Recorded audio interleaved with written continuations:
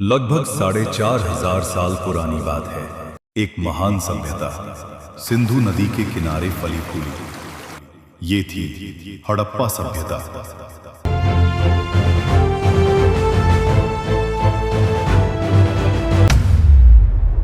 आज हम उस जमाने के सबसे प्रसिद्ध शहर मोहनजोदड़ो की गलियों में घूमने निकलेंगे। जरा सोचिए, लगभग 125 हेक्टेयर में फैला एक शहर जो आज के पाकिस्तान के लरकाना जिले में स्थित है। इस शहर को दो हिस्सों में बांटा गया था, ऊंचाई पर बना दुर्ग और नीचे फैला आम लोगों का शेल। दुर्ग छोटा था मगर ऊंचाई पर बना था, चारों तरफ मजबूत दीवारों से घिरा हुआ। यही मिला था हमें विशाल स्नानागार। कितना अद्भुत था ये, 12 मीटर लंबा, 7 मीटर चौड़ा और 2.5 मीटर गहरा। इसे धार्मिक अनुष्ठानों के लिए इस्तेमाल किया जाता था। इसमें नीचे उतरने के लिए सीढ़ियां थीं, आसपास बरामदे और पास ही अन्न भंडार जहां अनाज रखा जाता था। अब चलते हैं निचले शहर की तरफ, जहां आम लोग रहते थे। यहाँ की सबसे बड़ी विशेषता थी उनका ड्रेनेज सिस्टम। देखिए, हमारी सड़कें 4 से 10 मीटर चौड़ी हैं। इतिहासकार कहते हैं इन्हें इस तरह बनाया गया था कि हवा से ये खुद ही साफ हो जाएं। हर घर की नाली गली की मुख्य नाली से जुड़ी होती थी। ढकी हुई नालियां ताकि कूड़ा करकट अंदर न जाए। वर्षा जल निकासी का भी खास इंतजाम था। सफाई हमारी पहचान थी। अब आइए देखते हैं उनके घर।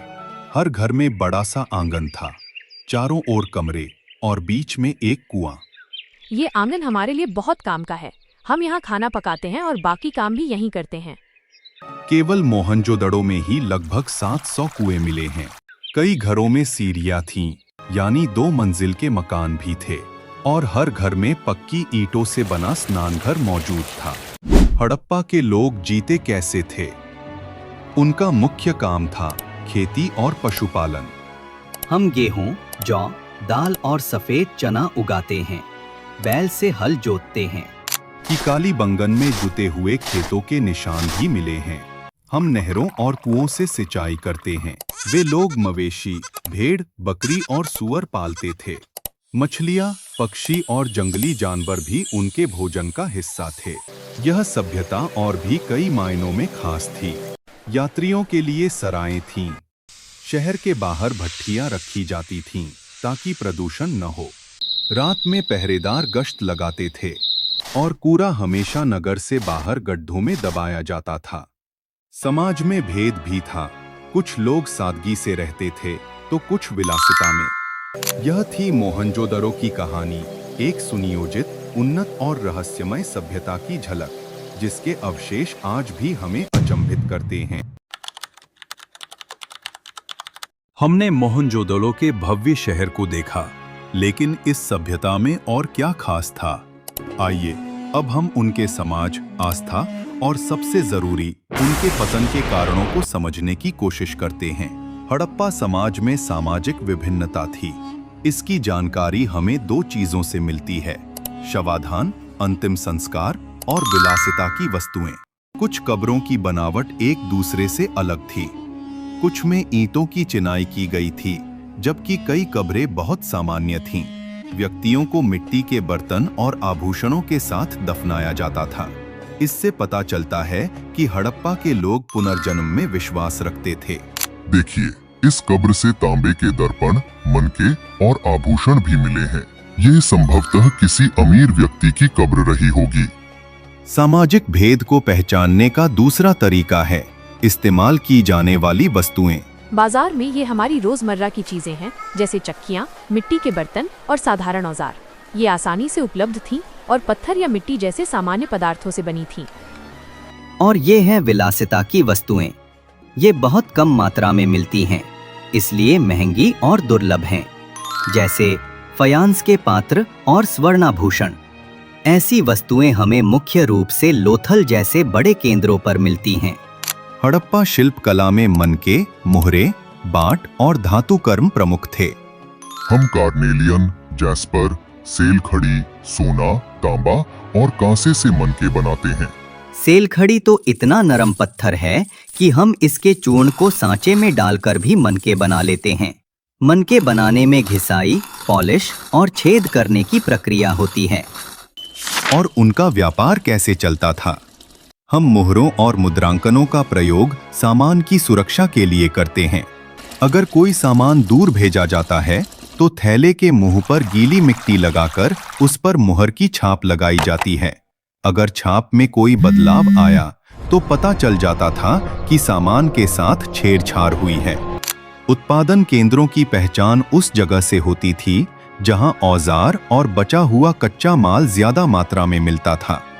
कच्चा माल स्थानीय रूप से मिलता था, जैसे मिट्टी, और दूर से भी मंगाया जाता था, शंख नागेश्वर और बालाकोट से, कार्नेलियन लोथल से, सेलखड़ी राजस्थान और गुजरात से, और तांबा राजस्थान के खेतड़ी से। हड़प्पा की सबसे बड़ी पहेली उनकी ये एक चित्रात्मक लिपि थी जिसमें लगभग 375 से 400 चिन्ह थे। इसे दाएं से बाएं लिखा जाता था, लेकिन अफसोस इस लिपि को आज तक पढ़ा नहीं जा सका है, इसलिए इसे रहस्यमय लिपि कहा जाता है। क्या इस सभ्यता में कोई शासक था? मेरा मानना है कि हड़प्पा समाज में कोई शासक नहीं था। सभी की स्थिति सामान्य थी। नहीं, कोई एक शासक नहीं था, बल्कि कई शासक रहे होंगे। इतना बड़ा क्षेत्र, फिर भी सब कुछ एक जैसा। ईंटों का आकार, बस्तियों की योजना और समाज की संरचना। ये दिखाता है कि एक संगठित राज्य जरूर रहा होगा जो इन सब का संचालन करता था। वे प्रकृति की पूजा करते थे। कुछ मुहरों पर योग मुद्रा में बैठे व्यक्ति की आकृति मिली है, जिसे पशुपति शिव कहा गया, और एक अन्य मूर्ति पेड़ पौधों से घिरी नारी की, जिसे मातृ देवी कहा जाता है। मातृ देवी की पूजा होती थी। कुछ मुहरों पर अनुष्ठान के दृश्य भी उकेरे गए हैं। पत्थर के टुकड़ों को शिवलिंग के रूप में भी वर्गीकृत किया गया है। ऐसा माना जाता है कि वे शिव की आराधना करते थे। कालीबंगा और लोथल जैसे स्थलों पर सामूहिक स्नान के विशाल स्नानागार मिले हैं, जो धार्मिक महत्व का प्रतीक हैं। हड़प्पा सभ्यता का सबसे दुखद अध्याय, उसका पतन। इतनी महान सभ्यता, लेकिन इसका अंत क्यों हुआ? इतिहासकारों के अनुसार इसके प्रमुख कारण थे भूकंप, सिंधु नदी का मार्ग बदलना, जलवायु परिवर्तन, वनों की कटाई, और कुछ विद्वानों के अनुसार आर्यों का आक्रमण। हालांकि ये आखिरी मत अब भी विवादास्पद है। भारतीय पुरातत्व विभाग के पहले डायरेक्टर जनरल कनिंघम हड़प्पा की मुहरों को सही तरह से समझ नहीं पाए। उन्होंने इसे वैदिक काल से जोड़ने की गलती की, जबकि ये सभ्यता उससे भी कहीं पुरानी थी। उन्हें लगा ये कोई छोटी सी सभ्यता रही होगी, लेकिन सच्चाई ये है, हड़प्पा सभ्यता भारत की सबसे प्राचीन, संगठित और सुनियोजित सभ्यता थी। उसकी लिपि, उसकी कला, उसका नगर नियोजन, सब कुछ हमें हैरान कर देता है। तो बताइए, हड़प्पा सभ्यता की कौन सी बात ने आपको सबसे ज्यादा प्रभावित किया? उनका नगर नियोजन, उनकी मोहरें, या उनकी लिपि?